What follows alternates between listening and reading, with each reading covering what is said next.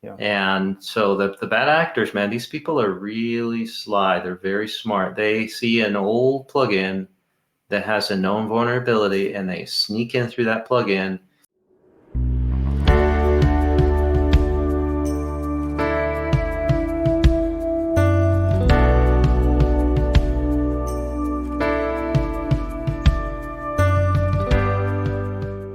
Hello, and welcome to the HIPAA Vault podcast, where we discuss all things HIPAA and WordPress.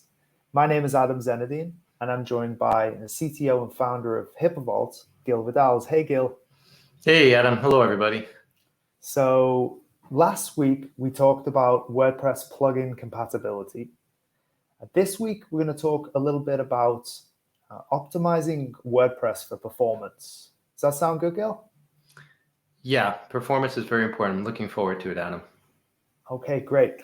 So the question that came up from one of our listeners this week is, my WordPress site is running slowly, and my host says it isn't an issue on their end. How can I speed up my site?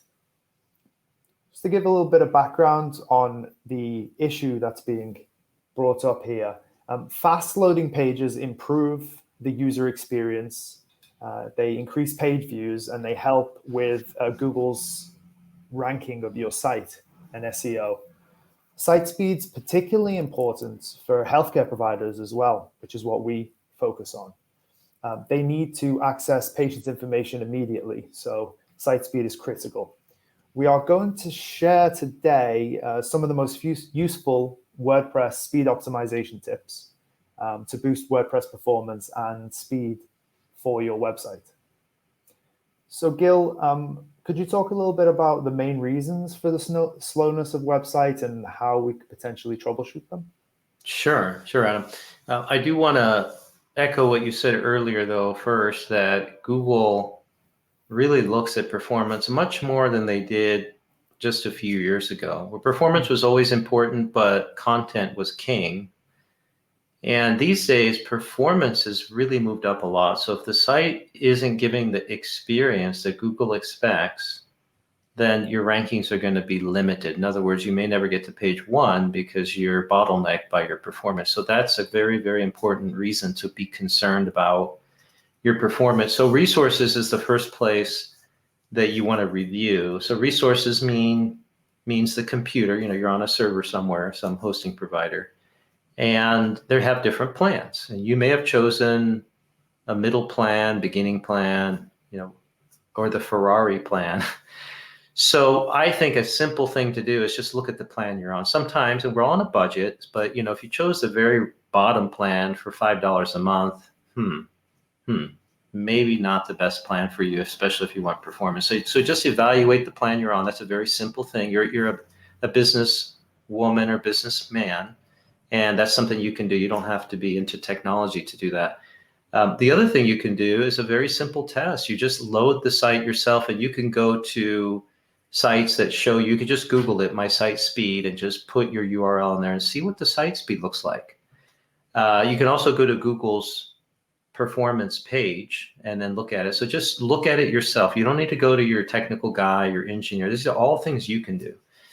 And you look at that and look at your score. And if it's not fast enough, you've got to do something about that. And again, resources, CPU and RAM is one area you can consider. But I do want to finish by saying that in technology, engineers are always having to balance throwing hardware at a problem. So a lot of problems in technology could be solved by just upgrading and spending a lot of money. However, the pocketbook suffers. So the problems a lot of times are not related to the hardware, to the resources. They're related to something else, like the database is not optimized. So you make up for it by throwing a faster CPU. But if you had known how to optimize the database, you could have saved the money from upgrading the plan. And that is a typical situation. So you have to be a detective here. You have to figure out what is the problem, and just throwing money at it and upgrading will help, but it's not going to be the best thing to do because you're spending a lot of money and maybe it doesn't fix the problem 100%. Okay. So in other words, you can you can put a jet engine onto a tiny car and it will fly, but Yeah. for how long is it going to fly, and how Right. streamlined is it? Yeah. Right? Yeah. Okay. What are a few key things that we would look at, in our day-to-day management for websites and WordPress websites specifically? Okay. So a good place to start are the plugins. And the plugins are growing in number. By growing, I mean that your average website could use anywhere from a half a dozen to 2 dozen plugins. It's not unusual for me to look at a site, a healthcare site, that may have upwards of 15 to 20 plugins. And you have to be careful there. Plugin bloat, where you have overcrowded plugins and they're kind of competing for resources, these plugins, and sometimes they battle with each other. And so here's a simple test you can do. Again, I like these tests because you don't have to go to your DevOps guy or your designer. This is you as a businesswoman, businessman. You can do this yourself. You can log into your back end where you see all your plugins and you can disable them one by one. It doesn't hurt anything. I mean, maybe you do it off business hours, maybe on a evening. Just disable all of them and then time the site, reload it, just load it yourself. Just see what happens. You go, oh my gosh, it's obviously much faster. You're not even timing it on your watch. You just can tell, man, this thing is fast. And then you turn on all the plugins again and then load the site and go, oh my gosh, it's so slow now. Well, you've got a problem there. You've got a problem with, it could be too many plugins, or it could be a particular plugin. So let me back up again. So what you can do is disable the plugins. It's fast. So start enabling one plugin, reload the site. Still fast, add the other one, and then what can happen is you may have one plugin that's particularly the particular issue, the culprit. And so you've identified this plugin is causing most of the slows, not all of it, but most of it. So then you have to pause there. Maybe you enable all of them except for that one. And then you say, hey, this guy right here is causing my site to load a second and a half slower, right? And remember, with Google optimization, a second and a half slower may not seem like a lot to you, but to Google, that's an eternity. So now you've got to look at that plugin. Now you could go to your engineer. Now you can go to your DevOps or your designer and say, hey, look, this plugin is a problem. Please look at it.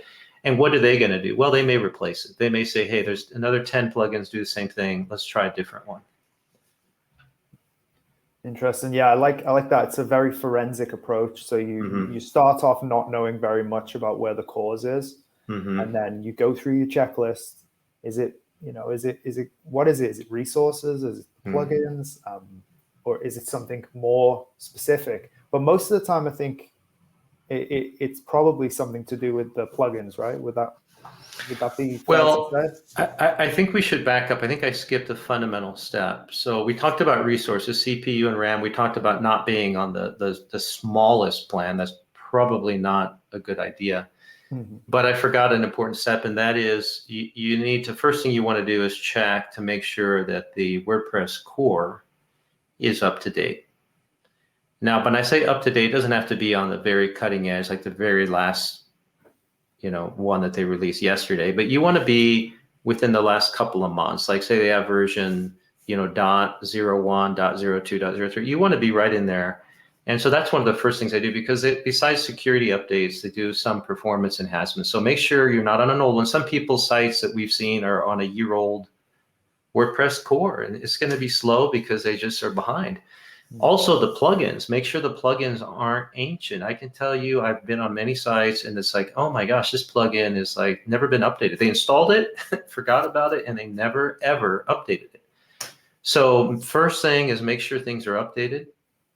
And that's good practice. So I think that's where you want to start. And then, as we said, check your plugins one by one and see what's happening there.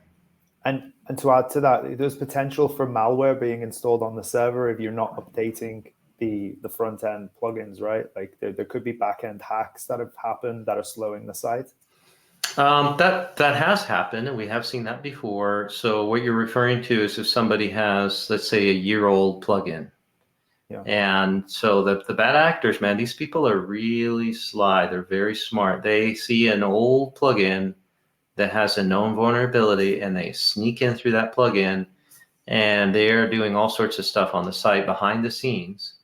And sure, in one case we saw the bad actor got into the plugin and they were sending spam mail from that person's server that they're on. And they were sending a lot of spam email. And so that caused the server to slow down, right? So now you've got performance issues because the spam is going out, it's causing the server to slow down. So plugins are the notorious place where the bad actors love to spend time looking at that, because some people will think, hey, my core is up to date, my WordPress core is secure, it's up to date, and then they forget about all these plugins, and those plugins are all like Swiss cheese. They're all holes into your core, unless those plugins have been written well and tested and secure, which is like we mentioned last week, Adam, if you remember, pick mature plugins. You want to choose ones that are rated well and they're mature. They've been around for a while, and then you're probably fine. So Gil, that's really important information, I think, when it comes to break fix on a WordPress site. Could we talk a little bit about optimizing the sites as well? Sure. Optimizing is first, let's establish what that really means. So optimization is different than what we've been discussing. For example, the plugins, that's not quite break fix, but it really almost is. Like if you have a plugin that's quote unquote bad and slow and all that, then you replace it with the better one. So you've improved your site. But now let's assume that you've reviewed your plan, resources, the plan looks good, you reviewed the plugins, all seems good. But yet when you look at your Google speed score, you're still not in the green. You're still orange, or you're a little low. You're like, well, what do I do now? Well, the next step is called optimization. You want to make a race car go faster. So one of the things that you can do is install a caching plugin. A caching plugin will cache certain pages that are reviewed often so that they load faster. And you can also use something called the content network, like Cloud CDN's a popular, Cloudflare. There are others, but anyway, that's something that's technical, but you can talk to your hosting provider and say, hey, I'd like to use a caching content management. It costs a little bit of money, but it's not that expensive, and that could be better. And I think those are probably a good place to start. Now, I know we're talking a little tech talk here, but caching plugins are very common. And you can find, when you type in caching in the WordPress plugin directory, you're going to see a whole bunch of them. And I don't want to give a recommendation here, but frankly, they're not hard to test. You install one and test your speed, and uninstall it if you don't like it, test another one until you find one that seems to really help the speed out. So that's something you can do, Adam, to make the site faster once you've adjusted for the other things we talked about. And Adam, I do want to say one last thing. You don't want to do optimization first. That's a big mistake. There are many people that think they're going to just go in and start making the site faster, optimizing it. That's equivalent to taking a race car that has a flat tire and the oil's old and you're trying to put in a super good engine. It's like, well, why don't you fix the stuff that's broken? Get new tires, change the oil, do the basic. Roadworthy first. Yeah, make it so that it's robust first, and then you optimize. Same thing with the website, no different. Fix all the things that you know are misbehaving or negative, like the core that's outdated, all the things we talked about. Then once all of that's done, you have a thorough review of your site. Now you go to the next level and say, hey, now let's make this thing sing a good song and go faster. We can paste the link down below of the Google page speed website where you can go put in your website. It's easy to do. You just put in your URL, hit a button, and then watch the score. Now, you may not understand all the output, but it gives you a score that you'll understand all the details below. You can send that to your engineer, your DevOps guy, your designer, and then say, hey, look, I need all this stuff fixed here. And then when they say they fixed it, don't just say, oh, good, and move on. No. Run it again. Now you keep the old score, run it again. And if you don't get a good score, you got to go back to the engineers, back to the designers, say, hey, this is still not fast enough. So it's an iterative process. Don't expect them to fix everything the first time. Go back. You may have to go 3 or 4 times back and forth with them and by say back and forth, they may say, well, this plugin's going to change, or we want to redesign the banner. The banner's too fat and heavy. You know, all these things they're going to do. So that process can take a while. So that's all for this episode. I'd like to remind our listeners and viewers, if they have any questions related to HIPAA or WordPress, to please reach out to us at podcast@hipaavault.com. Be sure to also like, share, and subscribe to the channel. It really helps us.